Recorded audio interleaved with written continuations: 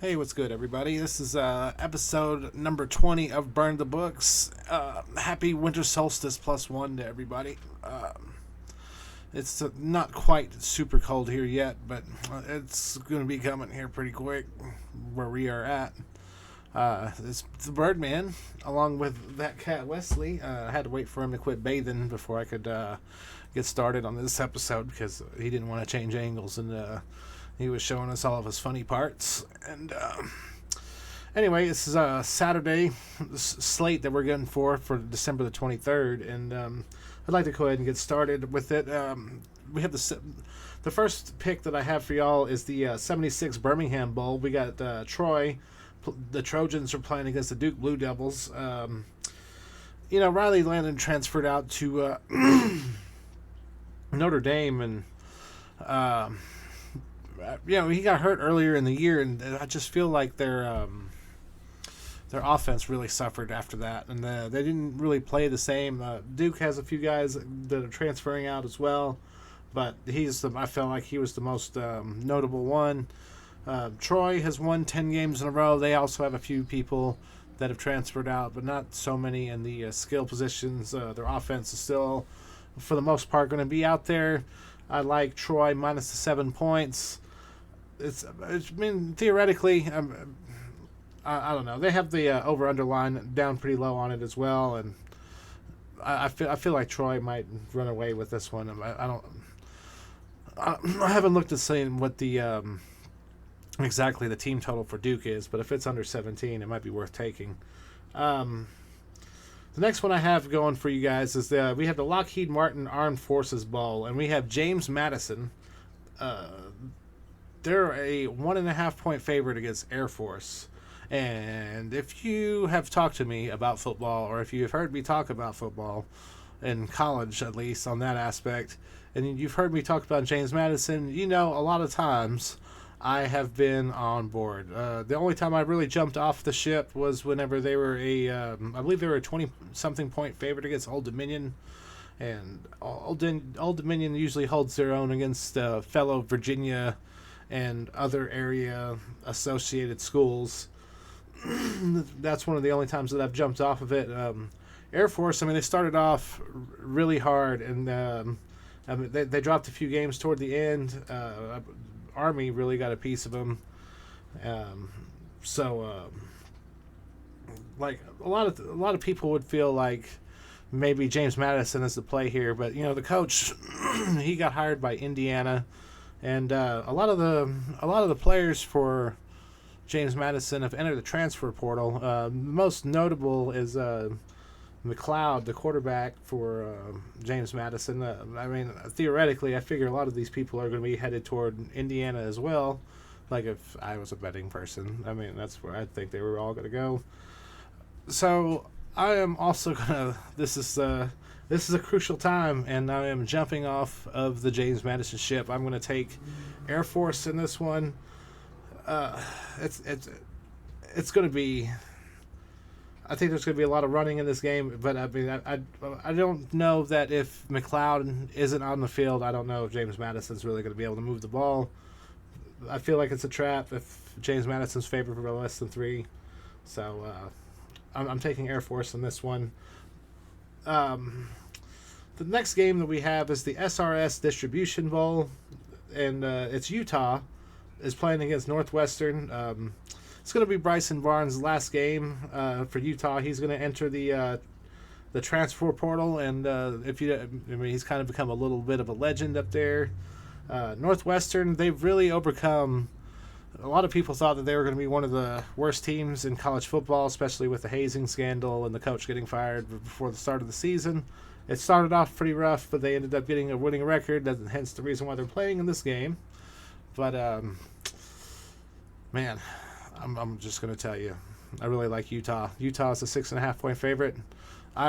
This is the only time you will hear me say this today. I would tell you to buy the 0.5 point and get them at -6. You really don't know what's really going to happen, but I feel like Utah's the more complete team. Northwestern beat 3 teams toward the end of the season, but they were teams that were not living up to potential. Utah plays a pretty tough was playing a pretty tough schedule against the Pac-12 this year. Like the Pac-12 doesn't get a lot of respect down here in Texas. Like everybody here in Texas thinks that Washington is just going to get completely run over out of the building, and it is a possibility. But I mean, those people also forget that Washington also beat them in the bowl game that they played in last year. So I mean, it could be a revenge game. I mean, you just really never know. But it's not like Bijan is there. Bijan was getting, I believe he was getting ready for the draft last year, and that's the reason why I don't think he played in that game. But I don't see too many people from Texas missing this game, since they're going to have the potential to win. And it's going to be really crazy if they actually win the national championship in their last couple of games in the Big 12. Because, I mean, it's not like they can... It's not like... I mean, they're going to the SEC next year. I mean, does that really count as a Big 12 championship? I mean, you tell me. I mean, I can't really quantify that. I mean, that's something I was debating with people at my job today. Anyways, I've gotten off topic. I like Utah -6 by the half a point because you never really know if it goes to overtime. I mean, you might wish you had it. And we got a couple NFL games as well, also going tomorrow. We got Cincinnati is -3 playing again on the road against Pittsburgh. It's going to be a pretty chilly day up there, but I don't think it's going to be in any terrible weather. But we got Joe Burrow's out, Kenny Pickett is out, Jamar Chase is also going to be missing this game, and I feel like a lot of folks are worried that with Jamar Chase not being out on the field, that Cincinnati's not going to be competitive in this game. But T. Higgins is really stepping up, and they've really stepped up to the pressure, because everybody counted Cincinnati out after Joe Burrow got hurt, and I mean, they're just running through. And then Pittsburgh, on the other hand, they are without 3 safeties.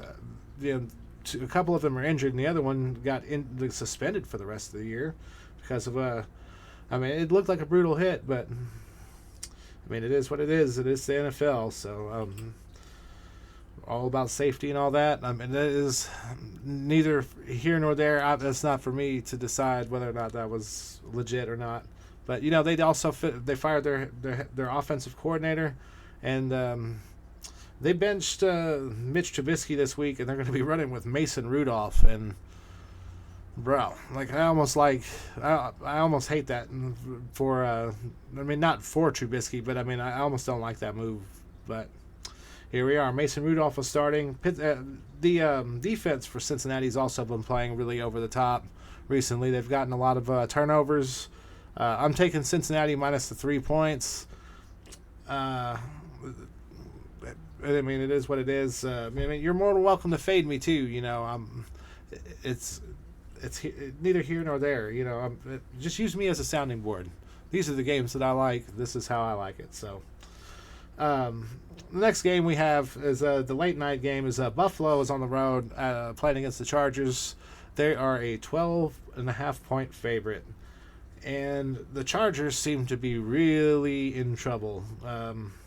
They fired their head coach, they fired their GM, and then, I mean, after they got smashed this last game, I came in prepared to tout the Buffalo Bills -12, but I mean, I actually, like, legit, I have a piece of notebook paper. That's what I keep looking down at. I have -12 written down right here.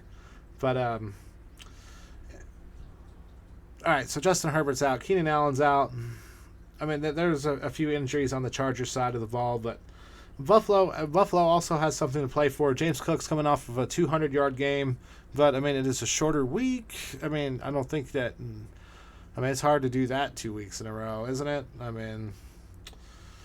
We also have another thing I was looking at is like Buffalo has just like they play by the skin of their teeth on the road. They lost to the Patriots on the road. They lost to the Jets on the road. They barely beat the Giants. Like they were losing that game. Might not have won it. If it hadn't been for bad time management at the end of the first half, they might have actually lost that game, and we might not be talking about their playoff chances right now. So I'm gonna have to go with the Chargers. Plus the 12 points. New coach coming in as in an interim basis, moving some people around. you got to figure they're going to bring the pain, right? I mean, they've got to move some things around, and I figure they're going to open up the playbook for Stick this week. So I'm going to take the Chargers plus the 12 points. We'll see what happens with that. Like I said, I fully came in prepared for it, but like I said, the deeper I got into the research, the Chargers have 70% of the money. I mean, it's like the absolute end of the range that I like for it. And like if Buffalo's coming off a loss, I'd probably take them on the double digits. But they're also playing on the opposite coast, so I'm going to tell you to take the Chargers plus the 12 points.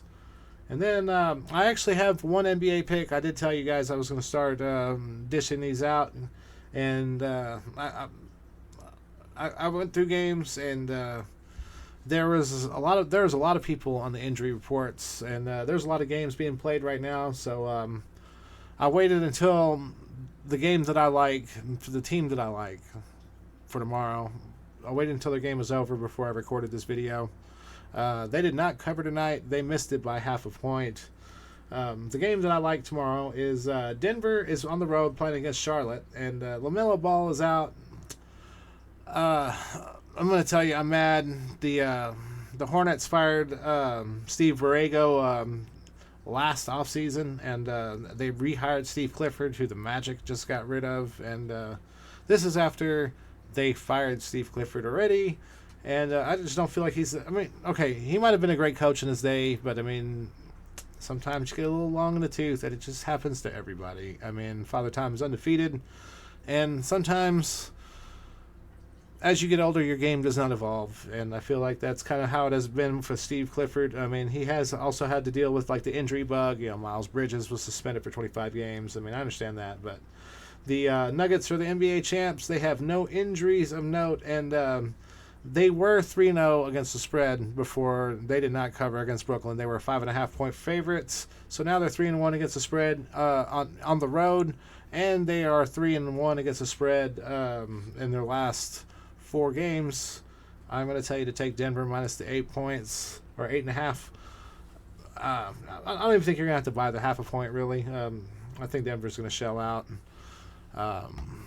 The Hornets have not really put up a lot of competition this year, so I appreciate you guys for tuning in. We hit lucky number 20. I just wanted to tell everybody, I hope y'all have a good holiday. If you do not tune in beforehand, I'm going to keep knocking a couple more of these out. And happy holidays to everybody. I just want everybody to know that y'all are all unique people, and y'all are like snowflakes, and y'all have infinite potential. Sometimes the first thing that you got to do is just take that first step in whatever you're wanting to do. So, all right, well, here we go. I'm done yammering at you guys. We'll see y'all next time around. Thank you for tuning in.